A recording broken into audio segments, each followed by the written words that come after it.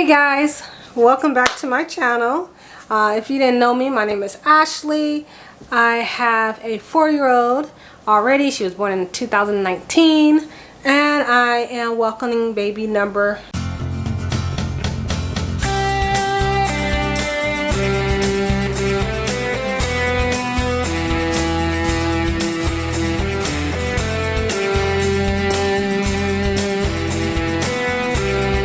So this is just my little update that I want to update you guys on, and for my own personal records, because I like to look back on my videos and see how it was for me and how everything was going in my 3rd trimester. So if you see me look down, it's because I have my list of topics that I want to cover with you guys. So when I first entered into the third trimester, I was still having nausea. But it wasn't as severe. I was still eating my lemons and salt. That has died down dramatically. Right now I am 38 weeks to this day. Today is Friday, May 12th. My due date is the 26th of May. So my due date is the 26th of May, and yeah, my nausea has completely gone. My memory has gone as well. So there's sometimes I go into a room and like, where is this? What was I doing in here? What was I? Then I have to leave the room, and that's, you know. So my maternity leave kicked in at 36 weeks, which was completely different from Milia's.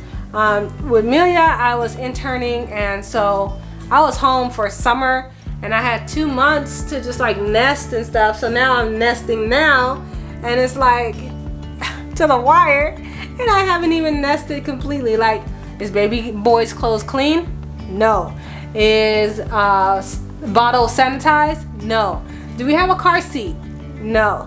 Do we have a dual stroller? No. We have Amelia's car seat or a stroller, so we have that. Like, I don't know if you guys saw my previous videos, all the stuff that was my rocking chair, the car, the cribs, it's at a storage at my friend's house, and he has rats, so it has feces and pee and rats all over everything. So we may have to get more stuff. We don't have a changing table because our water heater busted and it got into the wood, causing the wood on our changing table to get rotted and mold. So we have to throw that out, so we don't have a changing table. We don't have a crib, we don't have a rocking chair, we don't have a car seat. So we're behind. So if we go into labor today and they say you discharge tomorrow, Chris gotta go put his butt into gear and go and get a car seat. But we do have a bassinet. It's a beautiful bassinet that's been passed down for every baby. So it's been in Chris's family for over 100 years, I think she said. His aunt has been in the family for a long time. So each baby has slept in it. Amelia slept in it. Now this baby's gonna sleep in it, and so we have a place for him to sleep. He is gonna be nursing, so if that goes well, I don't even need to sanitize anything but these bad boys right here. And so if that goes well, you know, so he has a bassinet to sleep in. We just need to clean his tub, the tub that Amelia used. So we just need some birth cloths. Something different from Amelia's, probably because she's a little possessive. And those are her cloths that she used for her nose. If you guys remember, she used to use them for her little nose. But this is not about Amelia today. So the nausea is gone. I am waking up more now to go to the restroom. It didn't happen at the beginning of the 3rd trimester. The more the trimesters go on, the more it happens.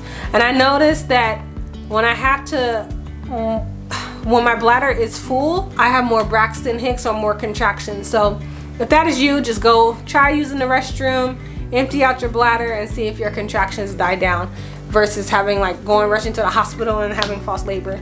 Speaking of which, gotta drink some water.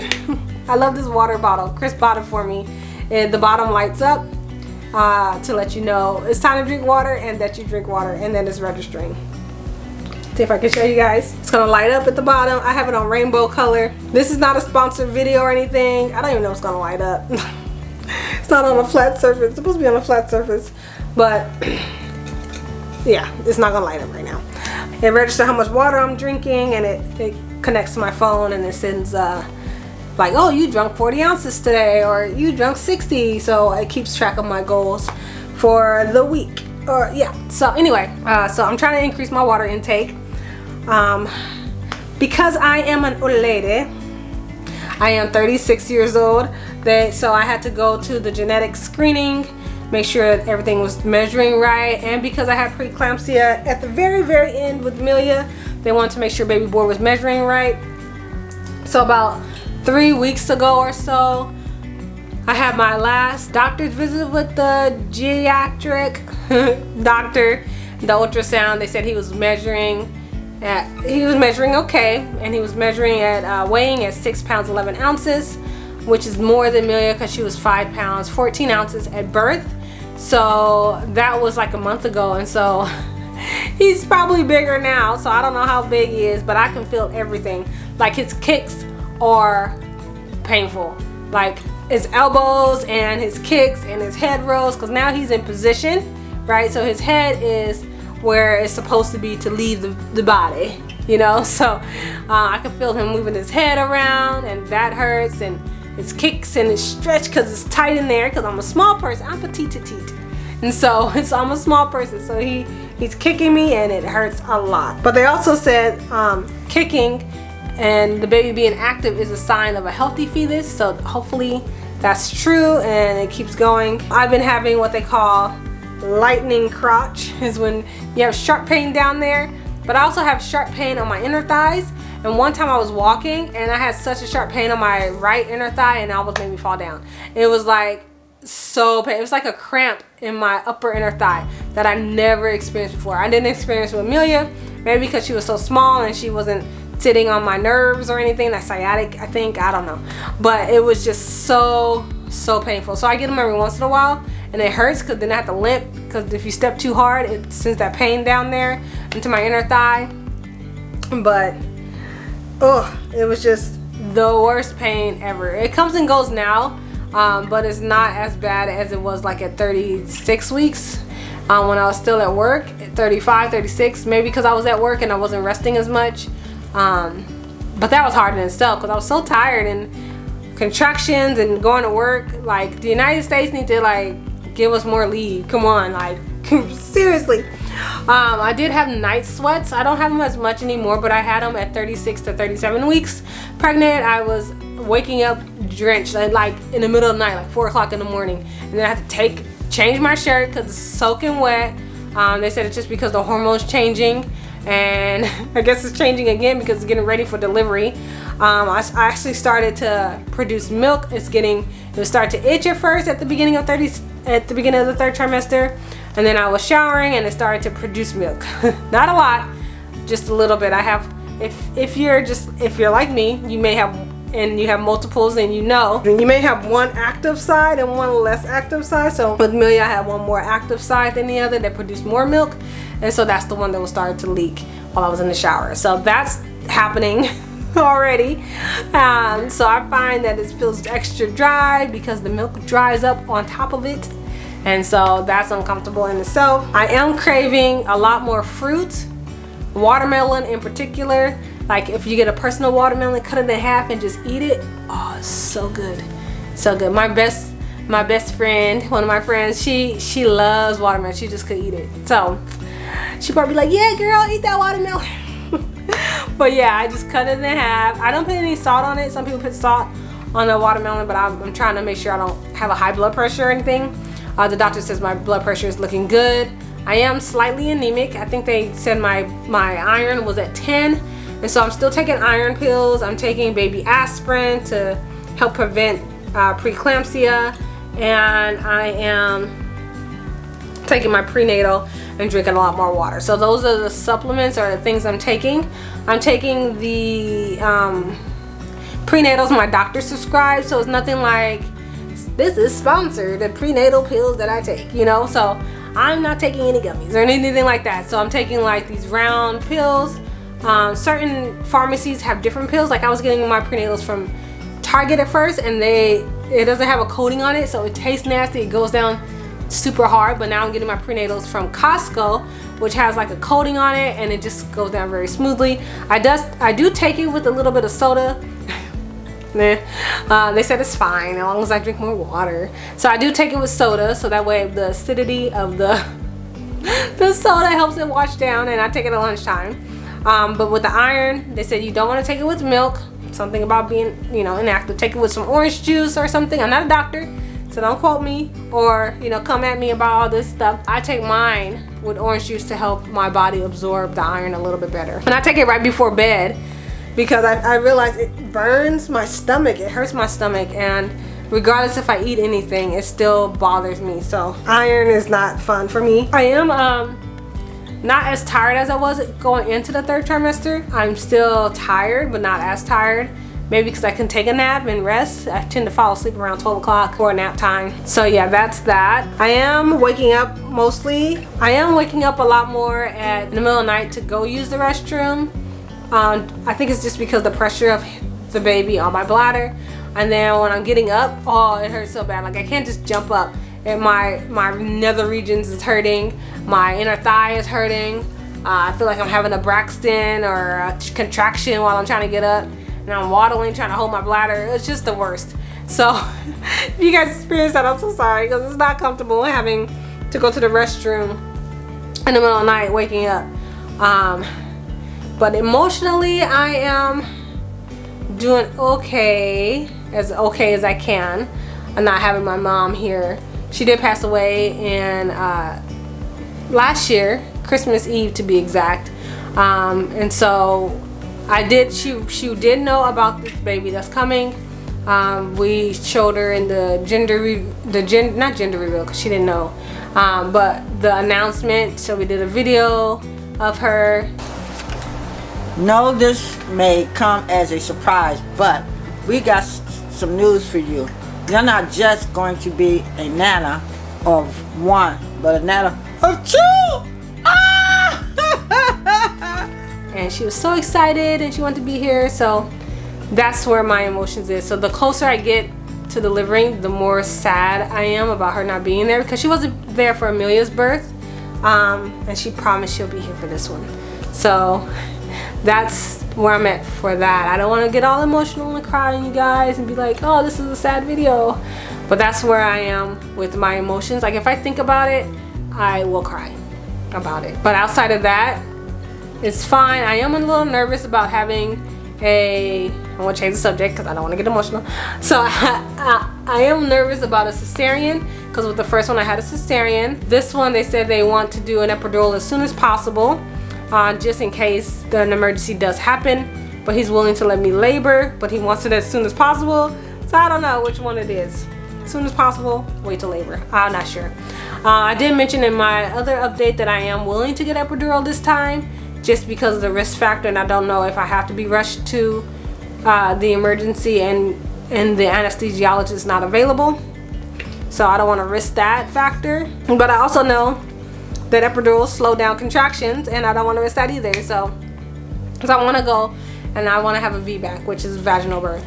So that's what I want to try to do. So we'll see how everything goes with that. I will vlog it.